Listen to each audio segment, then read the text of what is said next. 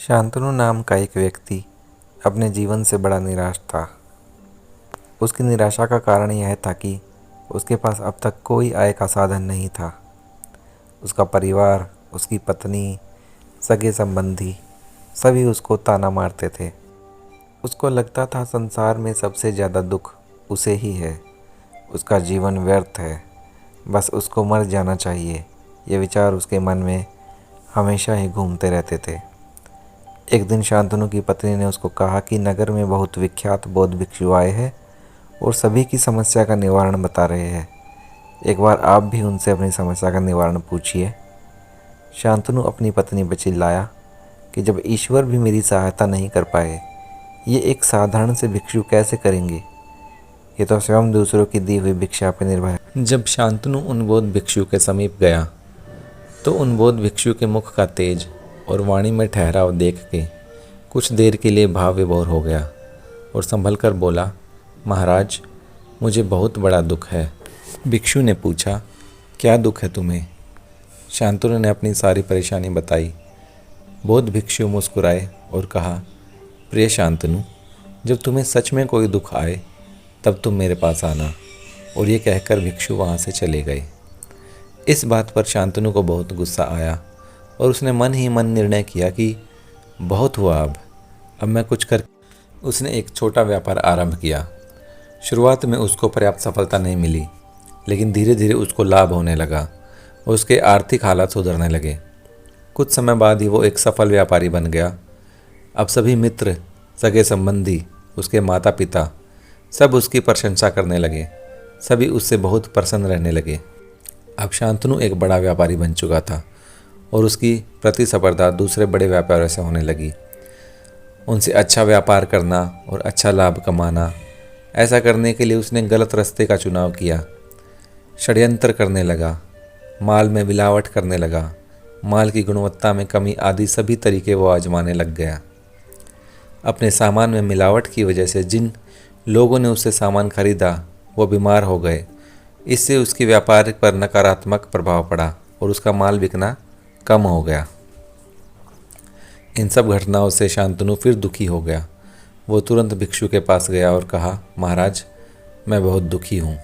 शांतनु ने भिक्षु को सारी बात बताई। उसने भिक्षु को बताया कैसे वो लालच में फंस गया, कैसे उसने माल में मिलावट की, कैसे उसका व्यापार ठप हो गया। भिक्षु ने कहा, जब तुम पहली बार मेरे पास आए तब तूने मुझसे क्या सीखा? शांतनु ने कहा कि मनुष्य को दुख आने पर किस्मत पे दोष नहीं देना चाहिए, बल्कि निरंतर कर्म और प्रयास करते रहना चाहिए, तभी उसको सफलता मिलेगी और दुख कम होगा। भिक्षु मुस्कुराए और कहा, जब सच में दुख आएगा तब मेरे पास आना।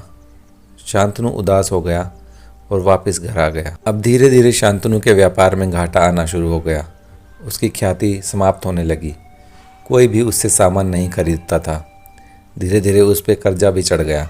शांतनु ने सोचा, भिक्षु ऐसे तो मेरी सहायता करेंगे नहीं, क्यों ना मैं उनको धन का लालच दूँ, तब वो कुछ बताएंगे। शांतनु भिक्षु के पास सोने चांदी से भरी एक कपड़े की पोटली लेके गया और कहा, महाराज, ये दक्षिणा ले लीजिए और मेरी सहायता कीजिए। चारों ओर से मैं कर्जे में डूब गया हूँ, मेरा व्यापार ठप हो गया है। भिक्षु मुस्कुराए और कहा कि ये पोटली मेरे किसी काम की नहीं है। यदि तुम देना चाहते हो तो मेरी कुटिया के पीछे जो आंगन है उसमें इसको मिट्टी में दबा दो। शांतनु ने ऐसा ही किया और उम्मीद भरी नज़रों से भिक्षु की तरफ देखा कि अब गुरुजी कुछ बताएंगे। पुनः भिक्षु मुस्कुराए और बोले, अब तुम जाओ और सच में दुख आएगा तब मेरे पास आना। धीरे धीरे उसके पिता का स्वास्थ्य बिगड़ने लगा और कुछ समय के बाद उसके पिता का स्वर्गवास हो गया।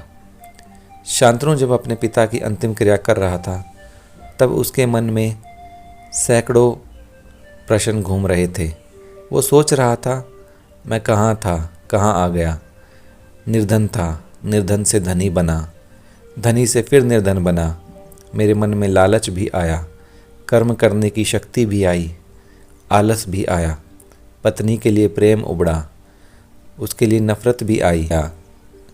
पिता के लिए आदर आया, पिता की संपत्ति को लेकर लालच भी आया। आखिर मैं कौन हूँ, क्या हूँ, क्यों हूँ यहाँ, मैं क्या कर रहा हूँ, और इतना कुछ करके भी मैं खाली हाथ हूँ। मेरे पिता भी खाली हाथ चले गए, तो वास्तव में ऐसा क्या है जो मुझे करना चाहिए, मुझे क्या करना चाहिए? ये सवाल अब शांतनु के मन में तूफान बन के उमड़ रहा था, और वह वहाँ से भागा और भिक्षु के पैरों में गिर के रोने लग गया। भिक्षु ने कहा, अब तुम सच में दुख में हो, आओ मेरे पास बैठो, आज मैं तुम्हें तुम्हारे दुख का समाधान बताऊंगा। भिक्षु ने कहा, प्रिय शांतनु, ध्यान से समझना, इस दुनिया में जिसे हम इकट्ठा करना है उसे हम कभी इकट्ठा नहीं करते।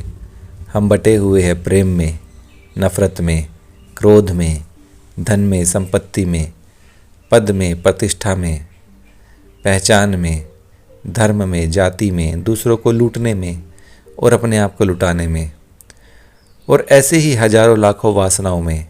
इसलिए हमारे पास इतना भी समय नहीं है कि हम मुड़कर अपनी ओर देख सके। वास्तव में लोग जिंदगी भर जिन्हें दुख कहकर चिल्लाते रहते हैं और उनका समाधान खोजते रहते हैं, उन्हें उनका समाधान कभी मिलेगा ही नहीं, क्योंकि जिन्हें वह दुख कहते हैं वह दुख है ही नहीं। वह बस एक परिस्थिति से छूटकर दूसरी परिस्थिति में फंस जाते हैं। जैसे वह पहली समस्या में रो पड़ते थे, वैसे ही दूसरी समस्या में रो पड़ते हैं। शांतनु ने कहा, महाराज, तो क्या हमें अपनी इच्छाओं को मार देना चाहिए? परिवार के लिए धन संपत्ति अर्जित नहीं करनी चाहिए? भिक्षु ने कहा, इच्छाओं को क्यों मारते हो? तुम गृहस्थ हो, तुम्हें इच्छाओं का पालन तो करना ही पड़ेगा, परंतु इच्छाओं को नियंत्रित करके तुम जीवन जियोगे तो वो एक साधक का जीवन होगा और उस जीवन में दुख नहीं होगा। तुम्हें अवसर मिला था, तुम्हारी परिस्थिति बहुत अच्छी हो गई थी, लेकिन जैसे ही इच्छा बढ़ी तुम फिर से मुसीबत में फंसे। शांतनु की आंखें आंसुओं से भर चुकी थी, उसे अब सब साफ नजर आ रहा था। भिक्षु ने शांतनु के आंसू पोंछे और कहा, जाओ, कुटिया के पीछे आंगन में जो तुमने मिट्टी में पोटली दबाई थी वो ले आओ। शांतनु ने कहा, परंतु गुरुजी वो तो आपके लिए थी। भिक्षु ने शांतनु को बीच में ही टोका और कहा, जो मैंने कहा वो करो। शांतनु के हाथ में वापस दी और कहा, जाओ और अब इससे दोबारा व्यापार शुरू करो, सब ठीक होगा। कुछ महीनों बाद शांतनु का व्यापार में लाभ होने लगा और उसके आर्थिक हालात भी सुधर गए। अब उसने जीवन का सही मतलब समझ लिया था और खुशी खुशी अपने परिवार के साथ जीवन निर्वाह करने लग गया।